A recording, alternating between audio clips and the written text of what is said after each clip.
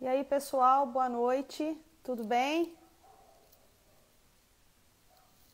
Boa noite, gente. Doutora P? Boa noite, Henderson. Olá! Olá, Boa noite, Patrícia, tudo bem? tudo jóia, e você? Tudo bem. Como é que estão as coisas por aí? Tudo certinho, né? Muito trabalho na pandemia, vida seguindo, né? Trabalho aqui o que não falta. Pois é. Queria dar um boa noite aí para todo mundo que está acompanhando a gente. Professor Nilmo, que eu vi que acabou de entrar. Um abraço para o Sérgio também, lá do México, que acompanha a gente. Dia 28 eu vou estar lá na página deles fazendo uma live também. Queria mandar um abraço para todo mundo. Vamos dar só uns segundinhos, Patrícia, que o Instagram está avisando os seguidores aí que a gente começou a nossa conversa, Tá tá? jóia, a E gente aí a gente espera. espera só um minutinho. Aí, como diz o professor Nilma, enquanto isso a gente faz aqui a Rádio Tatiaia. Vai dando um abraço e um beijo para todo mundo que está acompanhando a gente por aqui. Mas, Patrícia, antes de qualquer coisa, viu?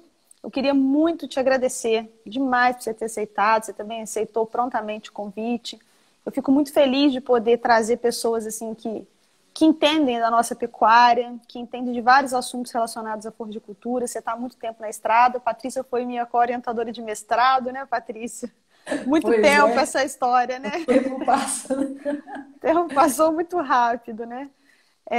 Então, eu queria, de coração, em nome do nosso grupo de estudos em floricultura e pastagens aqui da Universidade Federal de São João del Rei, agradecer a sua participação, o seu carinho, né, com a gente aí, de aceitar participar. Então, fica aqui meu Imagina, a agradecimento. gente que agradece aí a oportunidade e o convite para participar. Muitíssimo obrigada. Patrícia, eu tenho um hábito aqui de conversar com os convidados, e eu sempre faço duas perguntas básicas para eles. Uma bem no começo, uma mais para perto do final, mas eu vou aproveitar e fazer as duas para você de uma vez, que aí se eu estiver errado, você me corrige. Mas primeiro, aquela que é de praxe para a gente abrir a live. Conta para a gente rapidinho, Patrícia, como é que você foi parar na área de floricultura e pastagens? Como é que foi isso, né? Você fez agronomia, você foi orientado do professor Moacir, que vai estar com a gente aqui semana que vem, né? Conta para a Isso. gente como é que você decidiu trabalhar nessa área, que eu sou suspeita para dizer, né? Para mim, uma das mais apaixonantes aí da produção animal. Na verdade, o meu gosto pela floricultura, ele vem de infância, né? Meu avô era pecuarista na Bahia e eu sempre tive contato com fazenda de pecuária em regiões muito desafiadoras, né? Regiões que não são caatinga, mas fazem parte do semiárido. Então, a região ali do sul da Bahia, norte de Minas. E a gente sempre foi para a fazenda nas férias, eu gostava do movimento, gostava da atividade.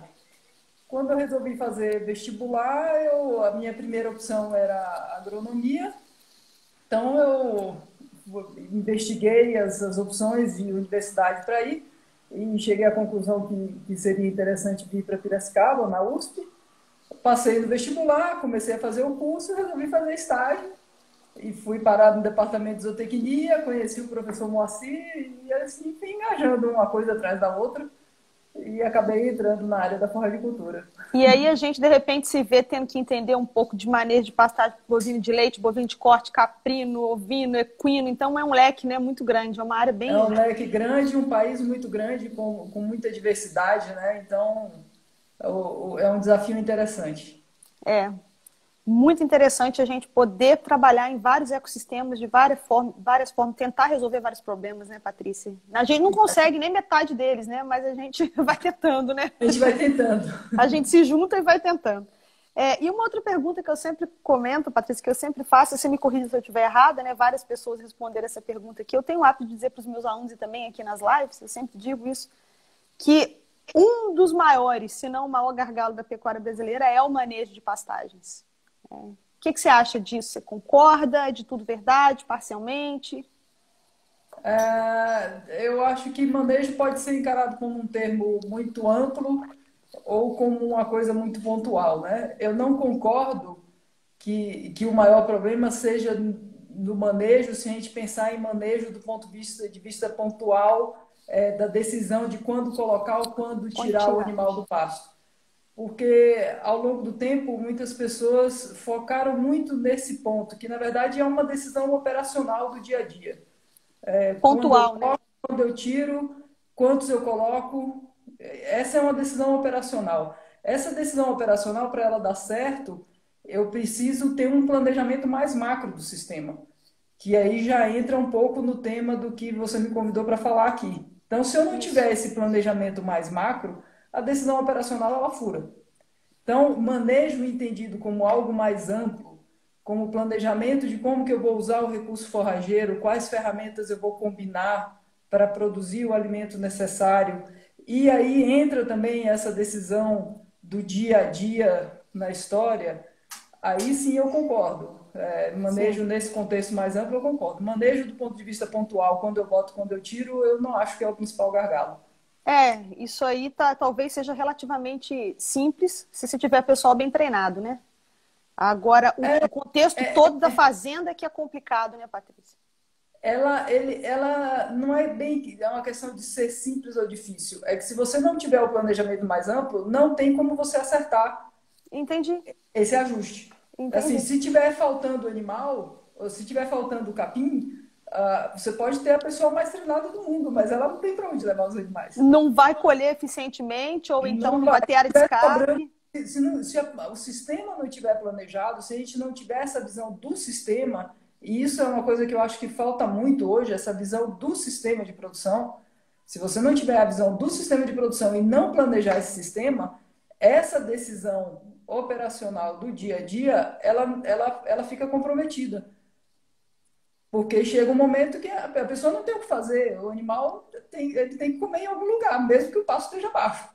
Ou então você não tem animal suficiente Ou para você não tem consumir, vai ter sobra, senescência em excesso, baixo perfilhamento, e aí forragem perdendo, e não tem. e a falha veio antes, a falha veio no planejamento. Então, Que bom assim, que nós vamos falar disso hoje. Eu fico muito contente, porque ó, esse é um tema, assim, eu fiz uma enquetezinha, eu achei interessante, eu coloquei assim, você já ouviu falar de planejamento forrageiro? E aí, 15% das pessoas que responderam, a gente teve mais de 700 respostas. 15% das pessoas que responderam disseram que nunca nem ouviram falar. E aí a aham, próxima pergunta era: você faz o planejamento forrageiro na sua propriedade?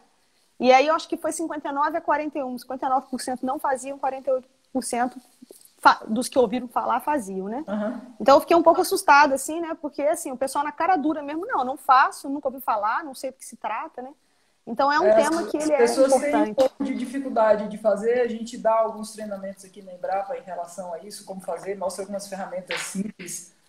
E as pessoas têm dificuldade porque o rebanho, ele, na verdade, ele é muito dinâmico, sempre entra e sempre sai animal.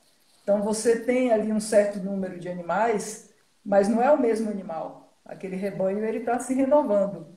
E as pessoas às vezes têm dificuldade de entender, é um equilíbrio dinâmico, entendeu? Elas têm muita dificuldade de fazer essa projeção no futuro e coisas assim. Sim. Então, para a gente começar mesmo, vamos direto ao ponto, né, Patrícia? Por definição, se tivesse que definir o planejamento forrageiro, como é que você definiria esse planejamento forrageiro e qual a importância dele no contexto da nossa pecuária? Eu definiria planejamento forrageiro como um processo de você combinar várias tecnologias de uso da pastagem e de outras formas de produção de forragem para atender a demanda do rebanho que você projeta para aquele sistema. Então, é você casar produção com demanda. Como Sim. que eu combino uma série de tecnologias para atender aquela demanda? E por que que o planejamento forrageiro ele tem essa importância tão grande aí, considerando, né, não só essa questão relacionada à nossa sazonalidade de produção, que o pessoal acha assim, porque as nossas forrageiras são estacionais, eu tenho que fazer um planejamento forrageiro para seca, né? Mas isso que a gente comentou agora no começo, não deixa de ser um planejamento forrageiro, né? O ano inteiro você tem que estar projetando. O planejamento ele tem que ser o ano inteiro, ele tem que levar em consideração risco climático. Tem regiões que são mais desafiadoras, regiões que são menos. Nas regiões mais desafiadoras, você tem que ter mecanismos para tamponar o sistema, porque se você pega um ano de mais seca, se você não tiver como tamponar aquilo, você tem um problema. Então, ele é para o ano todo e ele tem que levar em consideração várias informações, de preferência informações de vários anos, para você de fato conhecer como que se comporta aquela região. Aquela história da temperatura, né, nos últimos 10 anos, aquela... A gente pega as séries históricas, a gente publicou um artigo agora há pouco tempo mostrando que no Brasil Central as pessoas têm a tendência a dizer que o período de entre-safra vai mais ou menos de maio a outubro e assume que a curva de estacionalidade é praticamente a mesma em todos esses locais. E ela não é. Você tem regiões que essa curva é mais acentuada, tem regiões que ela é mais suave, tem regiões do Brasil que a curva se inverte. Se a gente for para a região mais do litoral, ali no Nordeste, a curva se inverte. Tem regiões em que a variabilidade, quando você passa do período de águas para seca, tem regiões que a variabilidade ali é menor. Esse é um período crítico, né? A transição da água para a seca, da seca para a água, são dois períodos críticos. Em algumas regiões varia menos de um ano para o outro, em outras regiões isso varia muito. Então é preciso conhecer essas curvas para fazer um planejamento adequado. Sim. Se a gente fosse fazer, Patrícia, assim, eu nunca fiz, eu estou numa propriedade, eu nunca fiz um planejamento forrageiro. Né? Então, o produtor, aqueles 59% que disseram lá que nunca fizeram planejamento forrageiro na propriedade, e a gente tivesse que dar um passo a passo, uma cartilha para o produtor, como fazer o seu planejamento forrageiro. Né? Como é que seria isso? Quais seriam os pontos mais importantes a serem avaliados depois dessa questão toda do histórico, né, de precipitação, e essa questão toda? O que seria importante? O que o camarada não pode deixar de fazer? Antes de você responder, Patrícia, pessoal, pode fazer as perguntas aqui, mas se puder também pode colocar na caixinha, que aí no final eu abro. Mas aí se quiser perguntando ou comentando, o Lucas acabou de fazer um comentário aí, falando que no Recôncavo da Bahia está encharcado agora e a gente aqui numa seca de doer. Eu fui ontem numa propriedade... O pessoal dizia que plantava milho em São José para colher em São João. A safra trocada. Quando eu dei aula em Alagoas, eu tive que trocar as minhas aulas de Viçosa para Alagoas. Depois, quando eu voltei para cá, eu destroquei de novo, né, as curvas de água seca de mês de chuva, porque é inverno chuvoso, né? E vamos embora. Então, o Robson, essa foi a pergunta que eu acabei de fazer, né? Quais que seriam... não, o Robson perguntou das ferramentas. Eu perguntei do passo a passo, né? O camarada nunca fez, Patrícia, os nossos 59%. Como é que é isso? O que não pode faltar? A primeira coisa que ele tem que fazer é bater uma fotografia da propriedade do sistema. Então, qual que é o rebanho hoje, separado por categorias, e a forma como ele vai separar isso varia um pouco de sistema para sistema. Algumas pessoas fazem uma separação por idade, outras por peso, outras por lote. Então, ele vai ter uma fotografia do que tem hoje em termos de rebanho, do que tem hoje em termos de pastagem e quais são os objetivos do sistema dele, certo? Então, ele vai agora começar, o primeiro passo é projetar esse rebanho no futuro. O que é projetar esse rebanho no futuro? Mês a mês, ele tem que estimar quanto nasce, quanto morre, quanto compra, quanto vende. É como se fosse um fluxo caixa. E aí ele vai mês a mês fazendo as contas. Se ele tiver estação de monta, ele estima quantos bezerros nascem. Isso aqui pode ficar tão complicado quanto a gente quiser, entendeu? Você pode fazer bem detalhado. Mas nada disso, né, Patrícia, vale a gente salientar, você faz sem escrituração zootécnica, né? Você não pode fazer uma previsão se você não tem sua taxa de reprodução, as taxas de reproduções todas ali, né? Algum número ele tem que ter, ele tem que pôr lá. Se ele tiver os índices zootécnicos todos, facilita o cálculo desses números. Se ele não tiver, ele tem que pegar números genéricos, aumenta o risco dele errar no planejamento dele. Mas ele tem que, de alguma forma, dizer quanto compra, quanto vende, quanto nasce, quanto morre. A morte até ele pode desconsiderar, porque eu não sei quando é bezerro que morre mais, né? Mas não se espera muita morte depois dos animais mais velhos. E se houver um erro, é um erro que não vai faltar comida para os animais. Mas quanto nasce, quanto compra, quanto e quando compra e vende, isso ele tem que conseguir alimentar a planilha de alguma forma. Então, ele vai mês a mês fazendo a projeção desse rebanho. Daí, uma vez projetado o rebanho, por um caminho mais complexo, você vai estimar o consumo de alimentos pelos animais, aí fica um pouquinho mais difícil. Por um caminho mais simples, você transforma aquele rebanho em unidades animais. Aí fica um pouquinho mais fácil.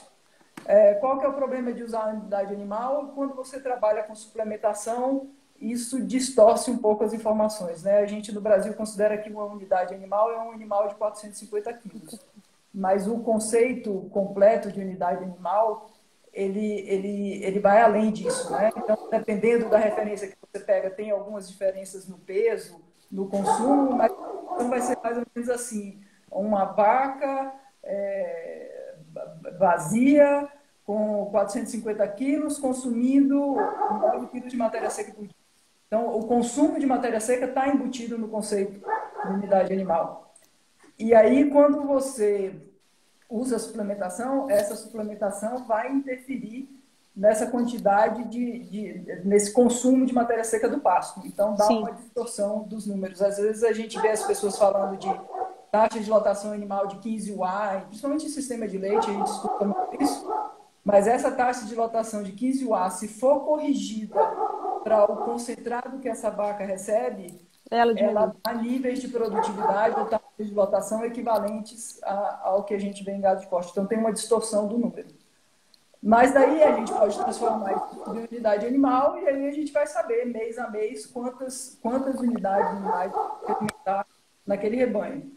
Aí agora eu venho pela parte da oferta, né? Como que porque assim você tira a demanda, né? Então, como você tinha comentado no começo, o planejamento forrageiro é esse equilíbrio entre oferta e demanda. A demanda é só com o planejamento mensal da evolução do seu rebanho ao longo do período no qual você está fazendo o planejamento, né?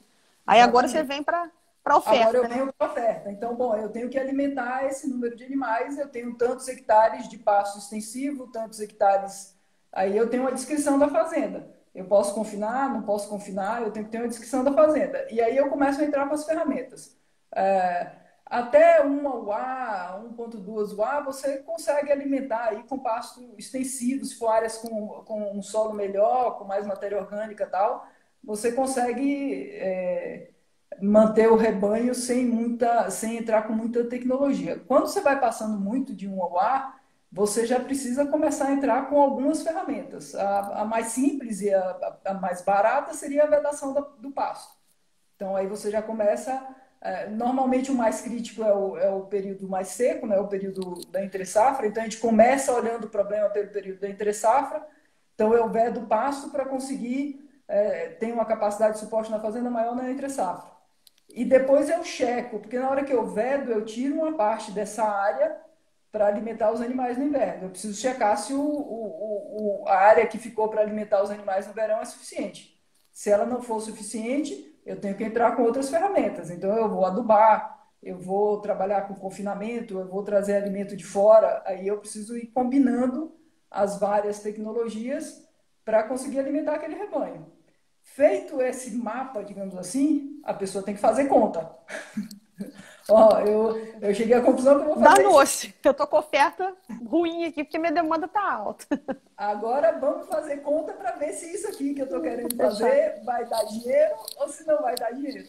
E aí a pessoa checa, às vezes ela faz as contas e diz, bom, isso aqui que eu fiz não dá o retorno que eu quero. Volta para a bancada e começa o planejamento de novo. Entendi. Uma coisa que seja interessante. E aí é interessante tanto a pessoa olhar do ponto de vista da análise do projeto, né, se aquilo ali vai dar o retorno que ela espera, quanto olhar com essas informações, ele consegue fazer uma espécie de fluxo caixa e ver mês a mês, porque uma das dificuldades que às vezes o produtor tem é porque em algumas épocas do ano, porque ele vai ter épocas que ele vende o gado, que ele tem uma entrada de dinheiro maior, e épocas que ele está comprando. E dependendo de quando essas coisas acontecem, ele precisa ter uma reserva de fluxo caixa para conseguir ajustar isso. Então, a hora que ele faz esse planejamento, faz esse fluxo caixa e analisa tudo, ele tem muito mais condições de analisar o negócio dele do que se ele simplesmente, aqui eu sempre mantive uma UA, vou manter uma UA.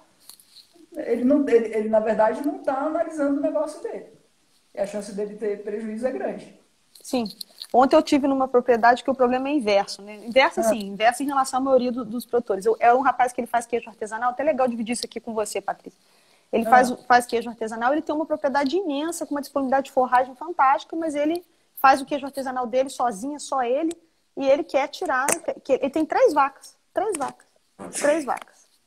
no leite. E é uma coisa, assim, uma capineira enorme, uma lavourinha de milho que ele já fez, aquela conversa toda, e ele quer passar para 10 vacas para ele ter lá os 100 litros de leite. E aí ele quer fazer o planejamento forrageiro. Nesse caso, é tranquilo. Então, beleza, você faz silagem para para vender, faz o que você quiser, porque você tem sobrando. Agora, a maioria do problema que a gente, a maior parte do problema que a gente tem, né, Patrícia, é o contrário. O cara não admite que ele tem uma demanda maior que a oferta. E Não, muitas das ele vezes... normalmente percebe o problema quando já está lá na seca, que as opções já ficam mais limitadas. Né? Quando o problema já está instalado, né? O problema já está E lá. aí, ele vai ter que comprar a silagem, né? Que vai ter um custo de produção muito mais alto para ele. Ou o que acontece aqui na minha região, Patrícia? Com bovinocultura de leite, aqui a gente é caracterizado por minifúndios, né?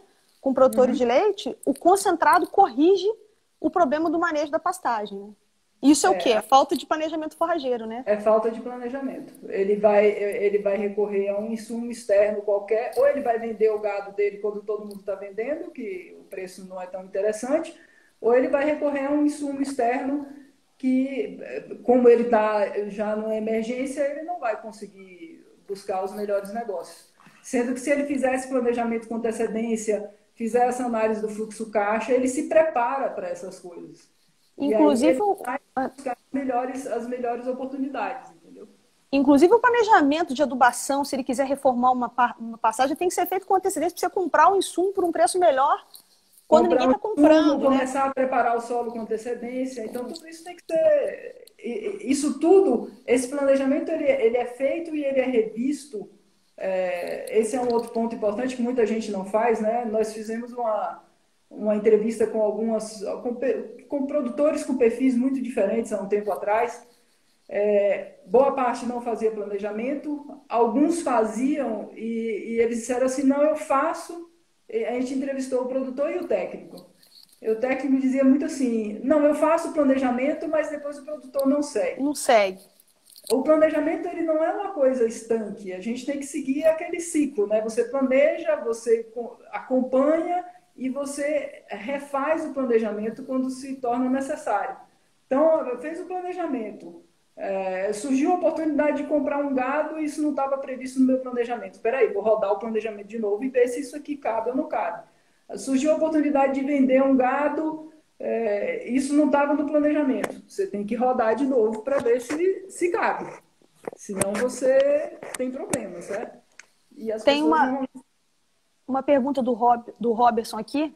Ele perguntou, Patrícia, o score visual do pasto, os níveis de degradação, é válido para tentar fazer uma estimativa de produção para fazer a orçamentação forrageira? Você pode fazer, porque uma forma muito simples de fazer esse planejamento é o seguinte, você projetou seu rebanho, você sabe que tem que alimentar tantos animais mês a mês. Monta uma planilhinha no Excel e vai colocando, você pode pôr por pasto ou por setor de produção. Então, ó, meus pastos extensivos degradados, que é o que você perguntou. Ele cabe no máximo aqui 0,7 UA por hectare. Meu pasto extensivo em boas condições, né? Ele cabe 1 UA por hectare. Se eu adubar o pasto, eu consigo pôr 4 UA por hectare. Se eu vedar e aí você põe esse valor para o verão e para o inverno, certo? Se eu vedar o pasto, eu vou conseguir pôr 2 UA por hectare no inverno, digamos. Daí você põe umas fórmulas simples nessa planilha que você vai pôr a área de cada uma desses setores, digamos assim, e vai pôr lá para multiplicar, para ver quanto que isso dá no final, em termos de capacidade de suporte da fazenda. E vai, por tentativa e erro, mexendo ali na planilha. Entendeu? Então, o que tem que acontecer no final? A capacidade que eu estou dizendo ali de suporte do pasto tem que ser igual ou maior ao rebanho que eu tenho que alimentar. E a minha área tem que ser a área que eu tenho. Eu não posso contar com uma área maior do que aquela que eu tenho.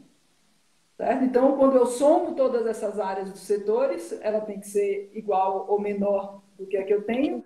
E quando eu tenho de suporte do pasto, ela tem que ser igual ou maior do que a demanda que eu tenho que atender. Então, numa planilha Excel, por tentativa e erro, você faz isso. Se forem poucas alternativas tecnológicas, dá até para fazer essa conta na mão, usando sistemas de equação. Mas quando a gente começa a ter muitas alternativas, é melhor montar uma planilhinha no Excel. Tá certo. O pessoal aqui da Agroindependência, pastagem nativa, mista, né, com diversidade botânica muito grande, é possível planejar um pastejo racional para melhoria dessa pastagem apenas com manejo dos animais, né, retirar, colocar? devido a esse contexto financeiro do produtor que muitas vezes está descapitalizado? Eu não tenho muita experiência com pastagem nativa. Eu acredito que seja possível. O que vai acontecer aqui? Você precisa ter uma ideia de qual é a capacidade de suporte daquele pasto. Você tem que Mesmo o estimar nativo, você isso. tem. E o que eu sei de conversa com outros colegas é que para alguns tipos de pasto nativo, essa estimativa ela não é muito simples. Então, talvez você tenha que trabalhar com um histórico da área, pegar alguém de fato que tenha experiência. Por exemplo, se eu falar em caatinga, caatinga tem caatingas de Diversas diversas formas, formas, né? entendeu? Tem caatinga que vai ter uma capacidade de suporte maior e caatinga que vai ter uma capacidade de suporte menor. Então, é preciso aí ter uma experiência para pôr esses números. E lembrar que os pastos nativos no Brasil, eles são bastante representativos hoje em regiões mais desafiadoras, então, em regiões mais extremas do ponto de vista de clima, de solo, etc. Então, o planejamento ele tem que ser bem feito. Você precisa ter formas de tamponar o sistema. Então, se você pegar ali na Caatinga, por exemplo, vou pegar lá em Sobral, a gente uma vez fez umas simulações de produção. Se eu plantasse Mombaça em Pelotas ou em Sobral, a média de produção nesses dois locais é relativamente próxima. Só que em Pelotas, a variação em torno da média é muito pequena. Em Sobral, tem ano que produz um monte, teoricamente, né? É uma simulação automática. Tem ano que, teoricamente, teria ano que produziria um monte e, teoricamente, teria ano que não produziria nada. Que o capim morre. Né? E como ele morre, ele não está no sistema. Mas, em princípio, seria possível pôr ele lá. Mas se eu agora transportar isso para um planejamento forrageiro, é muito mais complexo fazer um planejamento para uma região extrema, em que você tem variações dessa natureza, né? Não um ano chove muito, outro ano não chove nada. Você tem que ter formas de tamponar o sistema. E é muito mais difícil planejar num ambiente desse do que planejar num ambiente em que as variações são menores. E os pastos nativos no Brasil, de modo geral, eles estão em ambientes mais vulneráveis e mais desafiadores. Então, eles estão na Caatinga, estão no Pantanal, que está pegando fogo, estão Pois é, né? no Pampa. Então, são regiões que, do ponto de vista de clima, são mais desafiadoras. E por isso mesmo que esse tipo de pastagem ficou, porque a pastagem nativa, como ela combina várias espécies, ela se torna mais resiliente. Num ano mais chuvoso, tem um determinado conjunto de espécies que vai se sobressair. Num ano mais seco, tem um outro conjunto de espécies que vai segurar as pontas ali. Então, esse é um dos motivos, intuitivamente, isso não foi feito de caso pensado, mas esse é um dos motivos dessas pastagens permanecerem nesses locais mais extremos. Certo. A Valdelisa, sua amiga, um abraço para ela. A Valdelisa é minha amiga. Ela. Exato. Valdelisa, você acha que eu não estou feliz de ter conseguido fazer ela falar aqui? Eu estou super contente também. Ela falou, que legal, você está botando para falar. Tipo algum comentário. Mas, eu encho o saco de todo mundo. Eu mando mensagem para todo mundo aqui, ó. Por favor, dá para fazer uma live comigo? E aí quem ganha é quem está aqui assistindo, né? O professor Manuel Rosalino, da Federal de Uberlândia, dá boa noite para a gente, né? Se você tem alguma recomendação de gramíneas que apresentam diferenças na época de maior crescimento, por exemplo, capim que produz mais no outono, no inverno, na primavera, no verão.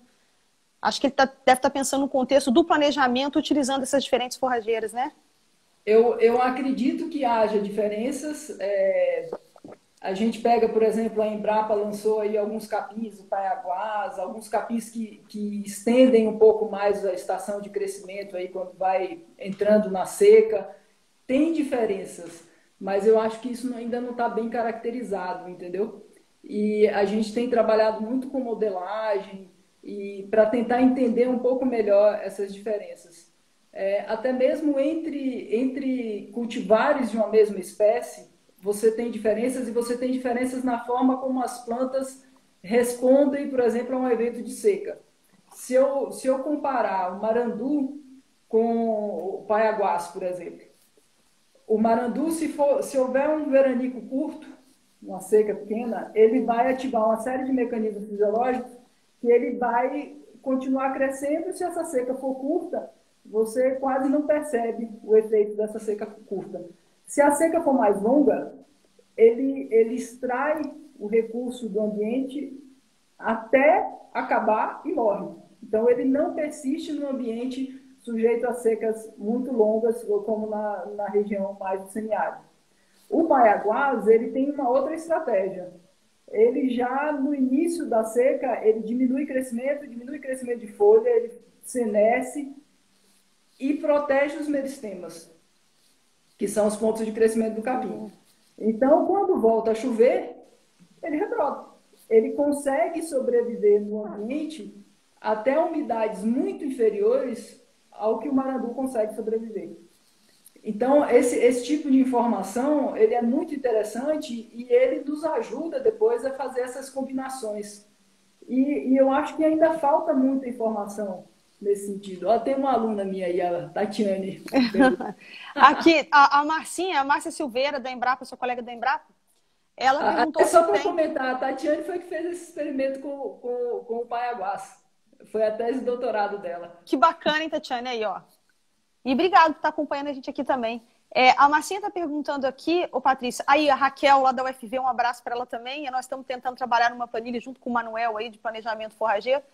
Tem algum aplicativo, alguma planilha disponível que pode auxiliar o produtor a pensar no seu planejamento forrageiro? Se tiver, manda para nós aí, né, Márcia? Tem alguns aplicativos que estão surgindo para isso. Eu sei que tem um da Embrapa, que foi desenvolvido pela Embrapa Caprinos, junto com a Embrapa Gado de Corte, mais para essa região do Nordeste.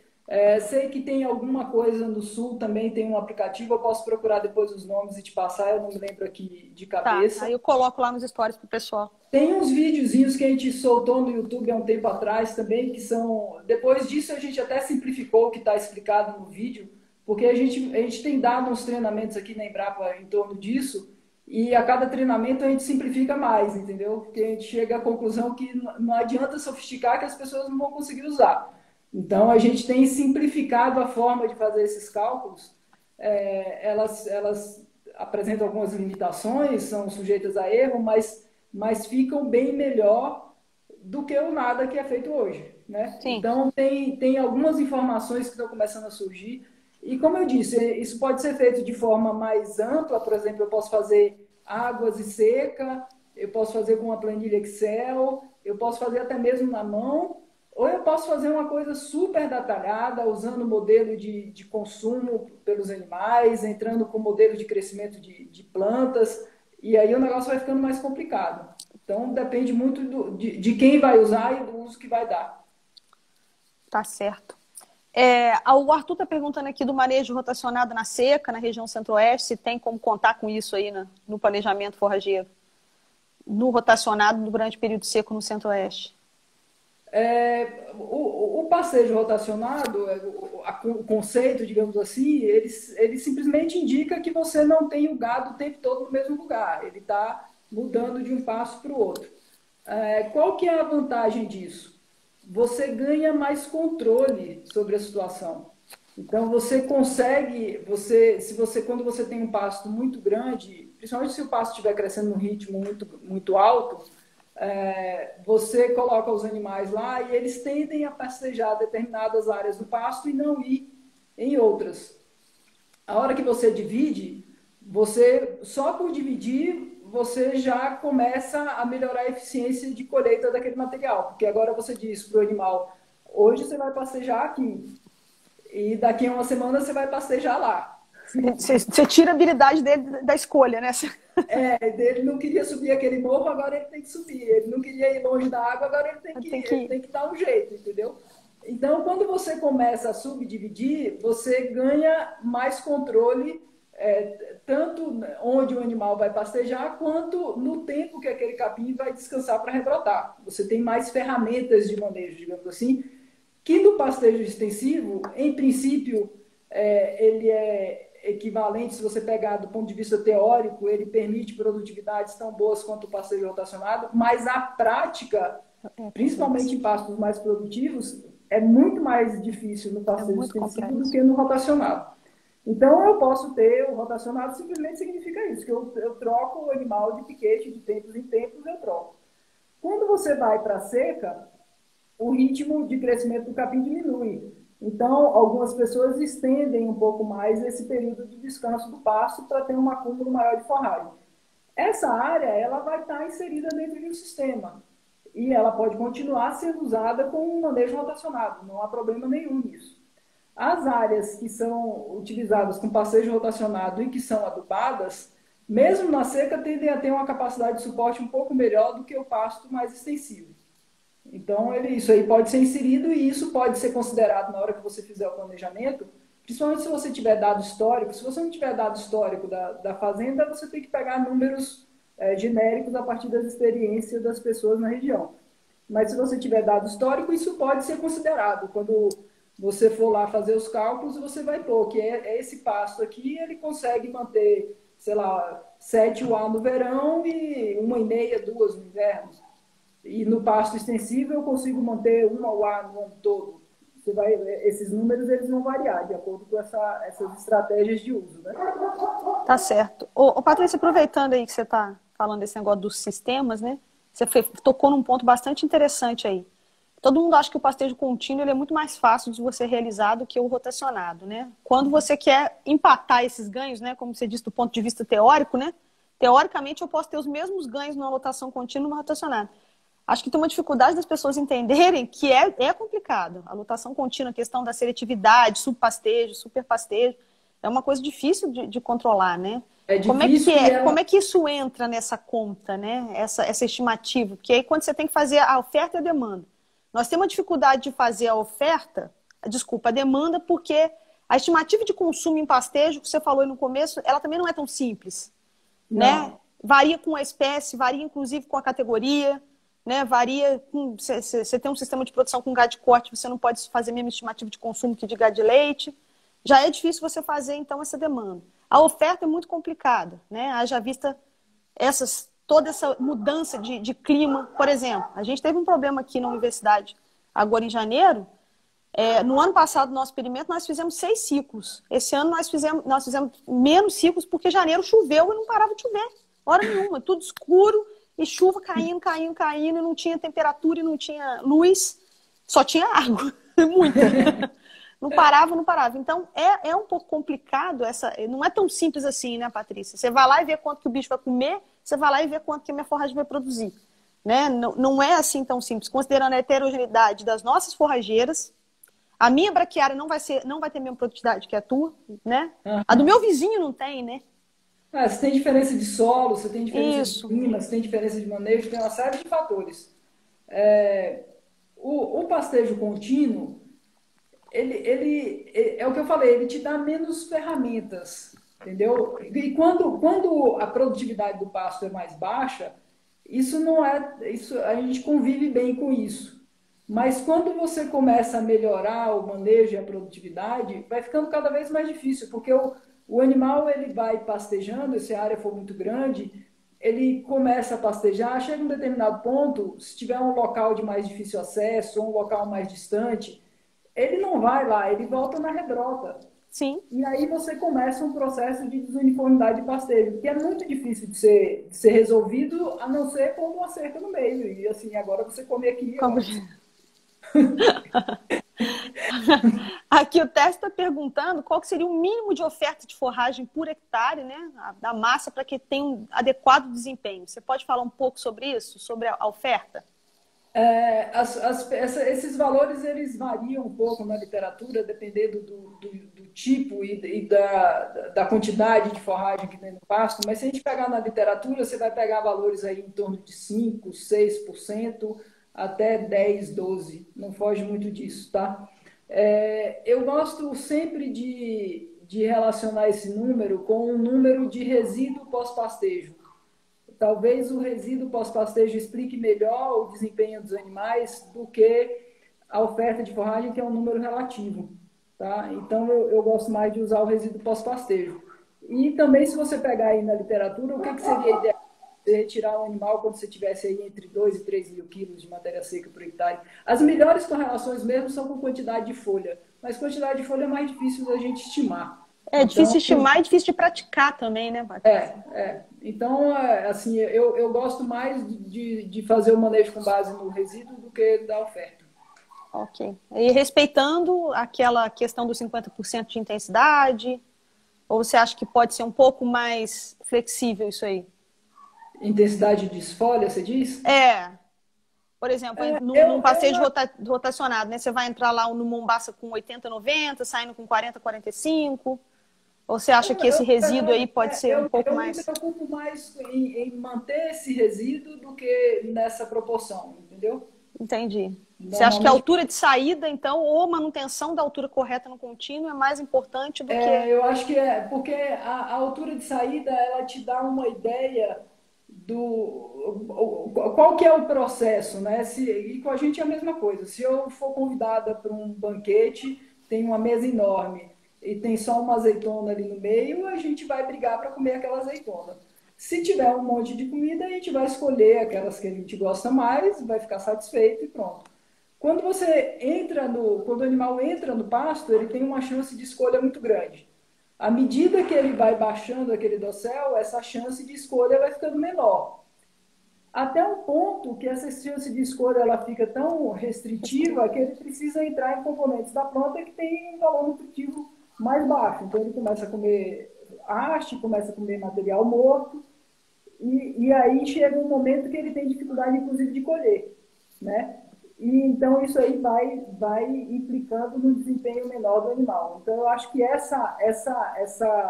esse resíduo pós-pastejo expressa muito isso. Quanto mais baixo o resíduo, você vai entrando nesse caminho. O animal primeiro ele tem menor chance de escolha, depois ele precisa começar a consumir componentes da planta que tem um menor valor nutritivo, depois ele simplesmente não consegue colher.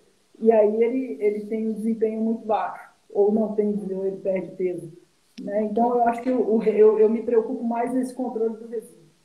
Só fazer um comentário aqui, o Carlos estava comentando do aplicativo Pasto Certo. O Pasto Certo ele é um aplicativo para caracterização das forrageiras, não tem orçamento forrageiro ali, né?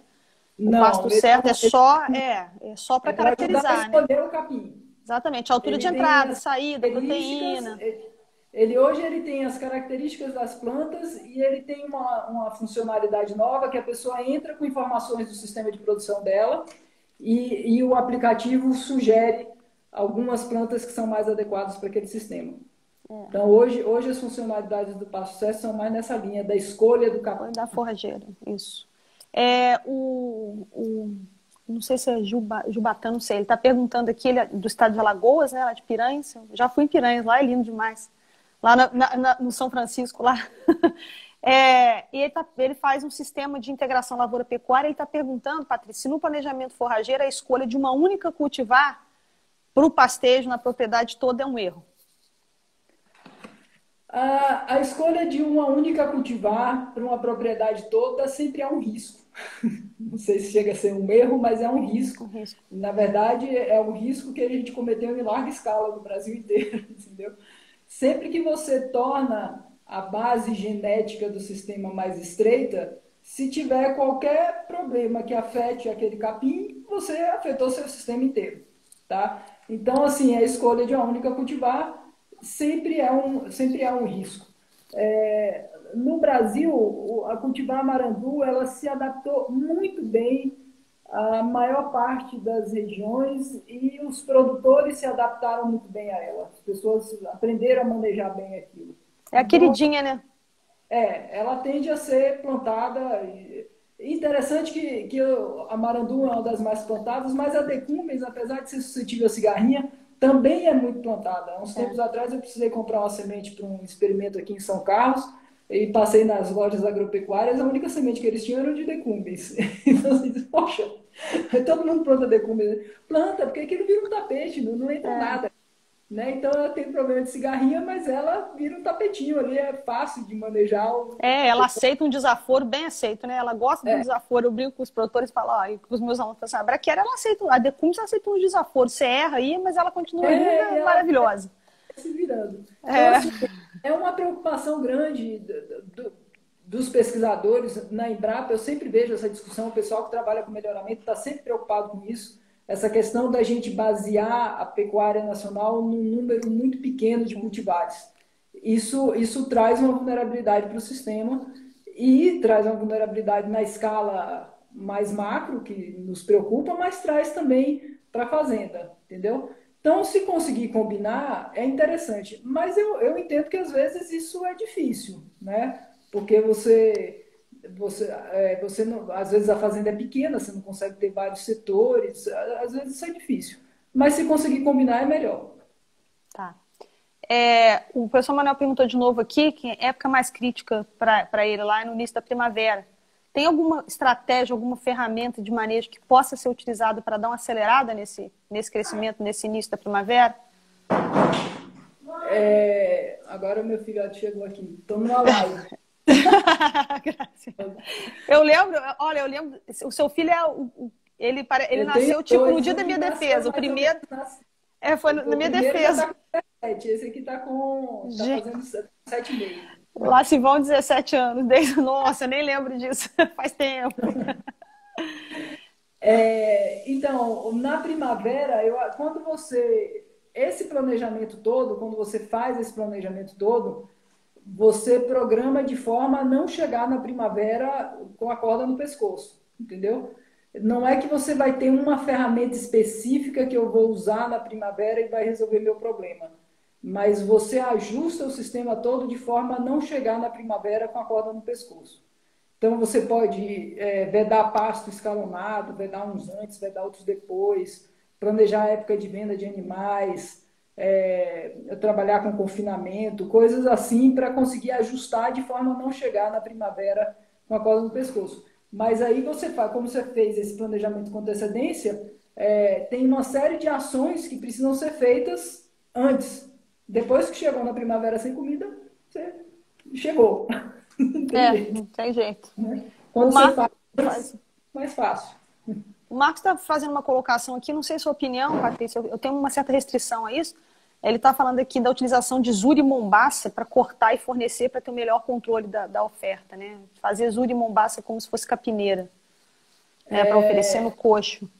O corte coxo e corte fornecimento no coxo, ele tem alguns desafios, entendeu? Qual que é um desafio grande que nem sempre é intuitivo? Um sistema de produção de gado, de pecuário a pasto, ele é um sistema muito tamponado. O que significa isso? Se eu fizer uma relação entre estoque de forragem na fazenda e a demanda num dado momento, essa relação ela é larga. Eu normalmente tenho uma relação larga entre o estoque que tem na fazenda e a demanda daqueles animais ali no rebanho. Quando a gente trabalha com capineira, essa relação ela vai ficando mais estreita, entendeu? Eu colho praticamente tudo e eu tenho que ter animais ali para comer. Quando eu faço isso, esse tamponamento do sistema ele fica mais difícil, tá? Então, o que é comum acontecer em capineira? Às vezes o capim está crescendo muito rápido e você não tem animais suficientes para comer, a capineira começa a passar. E aí, dali a pouco, você está dando o capim passado para os animais. Às vezes o capim está crescendo muito devagar e aí você tem que dar um jeito de ajustar a alimentação dos animais de outra forma, né? Então, o manejo da capineira ele não é uma coisa simples. Outra dificuldade da capineira também é que a extração de nutriente é muito grande. Então, quando se for trabalhar com capineira, cuide bem da fertilidade do solo, potássio que no pasto tem uma reciclagem muito grande, na capineira não tem, é o mesmo problema em área de silagem. Vai Então, embora. A fertilidade ela tem que ser bem pensada, tá? E a capineira tem todo esse processo de corte, carregamento, se quebrar Mão de obra. faz mão de obra. Então, eu particularmente prefiro fazer o pastejo direto. Mas é uma ferramenta que está aí, que algumas pessoas usam. Eu acho que ela é uma ferramenta difícil. Tá? A pessoa fazer isso aí bem feito não é simples. Tá, o pessoal está perguntando aqui do Invernada, né? É um programa da Embrapa, não é? O Invernada é um programa para você fazer. Ele não faz exatamente essa orçamentação forrageira, ele até tinha a proposta de fazer, mas depois ficou mais com a cara de formulação de dieta. Então, ele tem um módulo de formulação de dieta, Chega a ter alguns modelos de crescimento de planta e tal, mas não faz exatamente esse planejamento da forma como eu expliquei aqui. Tá, ok. Ô, Patrícia, eu vou abrir aqui umas perguntinhas que estão nas caixinhas, tá? Tá. Vamos ver aqui se você consegue ler aí. Você consegue ler? Do professor Emerson Alexandrino. Suporte com o Com, CAPAC. com capacidade A de suporte capacidade de média. suporte do 1,5 A por hectare na prática, como distribuir essa capacidade ao longo do ano? Provavelmente 1,5 A por hectare ao longo do ano, é isso? A média, A média, 1,5 por ano. provavelmente no período das águas é um pouco maior e na seca é um pouco menor. Essa não é uma capacidade de suporte que eu acho que com vedação de pastagem você consegue acomodar, tá? Então você teria que tirar agora o quanto que você vai vedar do pasto, que é o X da questão, né? Então a gente consegue calcular isso por sistema de equações, né? Então você vai ter lá pasto extensivo, pasto vedado, né? Então teria um Sim. X e um Y. Então o pasto extensivo mais pasto vedado é a área total de pasto que você tem. A taxa de lotação vezes a área de pasto extensivo, mais a taxa de lotação vezes a área de pasto vedado, te dá a capacidade de suporte total daquela área. Então, você tem duas equações e duas incógnitas, você resolve o sistema e consegue estimar mais ou menos quanto que você precisaria ter de pasto extensivo e pasto vedado. Essa é uma conta que, assim, se não mostrar, fica difícil. A gente pode explicar, né? Mas é só para vocês saberem que dá para fazer. Ou dá para fazer daquele jeito que eu falei no Excel. Põe lá a planilhinha. Em um lugar você vai calcular o suporte, em outro lugar você vai calcular a área. E assim, aquela área total tem que dar essa capacidade de suporte. Mas Tá. você vai vedar uma parte da área e fornecer isso no inverno para poder equilibrar. Até a taxa de lotação de 1,5 A, com vedação, eu acho que resolve. Ok. Vamos lá, mais um. A gente já tinha até comentado sobre isso rapidinho, Patrícia, que daqui a pouco nós estamos com o tempo esgotando aqui. Se você considera a eficiência de pastejo diferente para lotação contínua e rotativa. Ela até Eu acho que comentou um pouco a sobre isso. eficiência de pastejo, você tem oportunidade de ter eficiências de pastejo melhores no pastejo rotativo do que no contínuo. Você tem Ok. mais ferramentas para colher melhor o pasto. Tem uma pergunta interessante da Débora aqui, que nesse contexto de mudança climática, qual a perspectiva em relação à estacionalidade de produção de forragem? Né? Se houver aumento dessa estacionalidade, a gente está preparado para essas ações voltadas ao planejamento forrageiro? A gente fez a gente teve um projeto sobre isso há um tempo atrás, essas informações estão disponíveis aí na internet. Assim, uma vez eu fui numa banca com um aluno e o professor perguntou: você confia nessas projeções aí para 2050? O pessoal erra na projeção para a semana que Isso que vem. vem. A única coisa que a gente tem certeza é que essa projeção está errada. Mas o que as pessoas que trabalham com essas projeções do ponto de vista de clima fazem? De fato, eles sabem que o modelo não vai acertar na mosca. Então, o que eles fazem? Eles rodam vários modelos e olham para onde todos esses modelos estão apontando. Eles estão apontando que vai aumentar a temperatura. Então, é provável que aumente a temperatura e aí tem umas faixas lá que tem um cenário mais provável, o cenário mais pessimista, um cenário mais otimista. Para a temperatura, a incerteza associada a esses resultados ela é menor. Para a chuva, assim, os modelos ainda não são bons, entendeu? A gente não sabe direito o que vai acontecer com a chuva. Mas o crescimento da planta, você tem tanto o efeito de temperatura quanto o efeito de disponibilidade de água, que não é só chuva. A Sim. temperatura ela também influencia na disponibilidade de água, porque ela afeta a demanda hídrica, tá? Então, o aumento de temperatura por si só já traz um desafio do ponto de vista de disponibilidade de água. Esse projeto que a gente rodou, a gente fez mapas de projeção de produção de forragem para o Brasil todo. Tem algumas regiões que são mais críticas, tem regiões na Caatinga, porque a gente rodou modelos para palma forrageira, pânico, braquiária, azevém e búfalo. E a gente queria ver, assim, a gente tinha forrageiras que cobriam o país todo, né? Então, Palma e Búfalo, uma para a região mais seca, Azevém para a região mais fria e Pânico e Braquiária no Brasil Central. E a gente queria identificar regiões mais vulneráveis. Então, tem algumas regiões no Nordeste que, dependendo dos modelos usados e das projeções de clima, pode haver dificuldade de cultivar, inclusive, búfalo e palma, então essas regiões são muito vulneráveis. Tem regiões ali no norte de Minas, sul da Bahia, que hoje o sistema de produção é muito baseado em pânico e braquiária, que pode ter problema também. No Brasil Central, numa primeira abordagem que a gente fez, que eram modelos mais simples, parecia não haver muito problema do ponto de vista de produção anual, mas muda a curva de estacionalidade. E agora a gente já está trabalhando com modelos um pouco mais sofisticados, que a gente chama de modelo de processo. Tem modelos americanos e modelos australianos que têm sido adaptados aí por vários grupos. A Exalc tem trabalhado muito com isso, o professor Pedreira. Tem várias pessoas trabalhando com esses modelos. E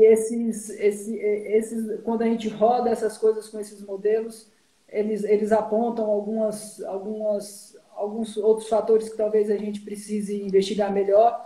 Então, assim, o que vai acontecer, se houver aumento de temperatura de fato, a questão hídrica ela é afetada, independentemente do que acontece com a chuva.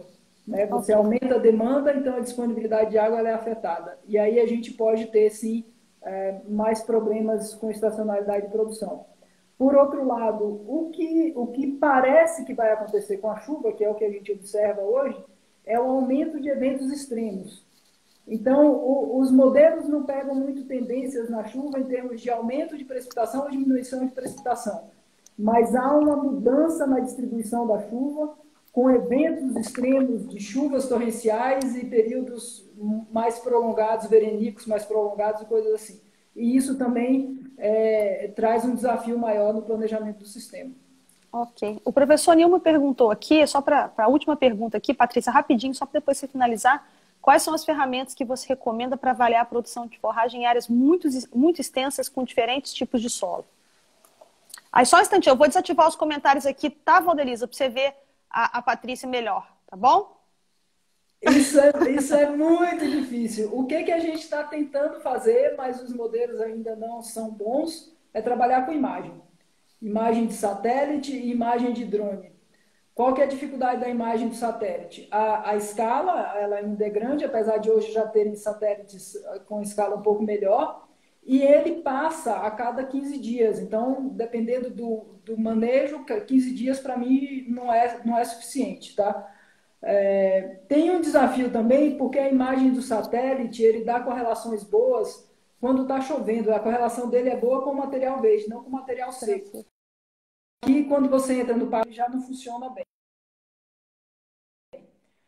O outro caminho é por meio de imagens coletadas com os VANTs. Aí as dificuldades são outras, né? Então, primeiro, a autonomia de voo do VANT.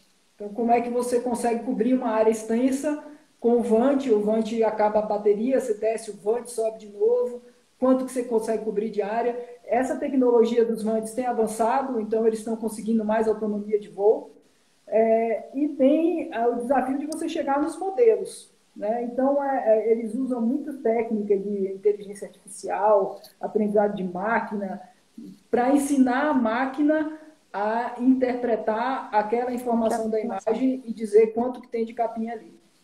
A gente tem um projeto aqui na Embrapa que a gente levou 2 anos, o pessoal da Embrapa Informática em Campinas vinha aqui, voava com o drone, a gente ia lá, cortava uns quadradinhos de capim, marcava com o GPS de precisão e tal. Depois ele ia lá, voava de novo, para ele conseguir recuperar exatamente aquele quadradinho e tentar começar a desenvolver esses modelos. Esse quadradinho aqui, porque aí depois eu coleto, levo para o laboratório, peso, folha, arte, etc, etc. Então esse quadradinho aqui tinha tanto, para a gente começar a ensinar a máquina a pensar.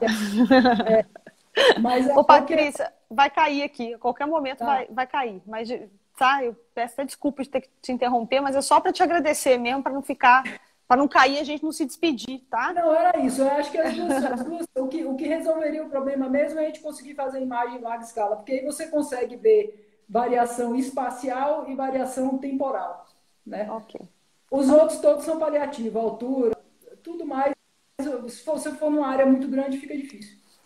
Patrícia, o Instagram vai derrubar a nossa live. Queria te agradecer de coração. Estou muito feliz de te receber. Foi uma aula que a gente teve aqui hoje. Várias coisas aconteceram, desde eficiência de pastejo, contínuo, rotacionado, planejamento, né, necessidade da orçamentação forrageira. Obrigada a todo mundo que está acompanhando a gente. Patrícia, muitíssimo obrigada.